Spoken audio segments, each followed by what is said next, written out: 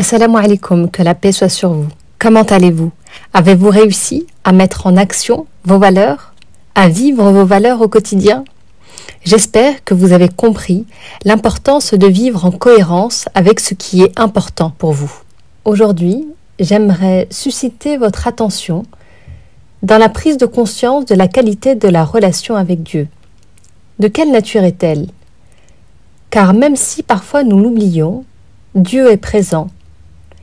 Il est d'ailleurs beaucoup plus qu'une présence, beaucoup plus qu'un sentiment, qu'une pensée.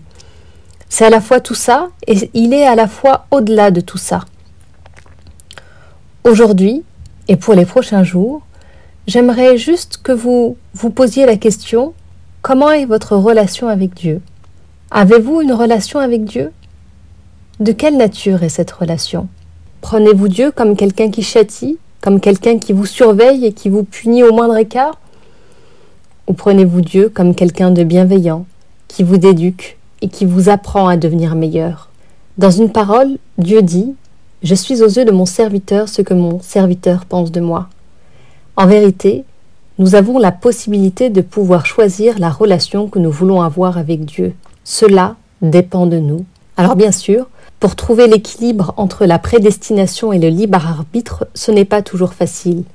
Mais imaginez que la prédestination est une jambe et que le libre arbitre est une autre jambe. Que pour avancer, nous avons besoin de nos deux jambes. Que sautiller sur une seule jambe ne nous permet pas de garder un grand équilibre.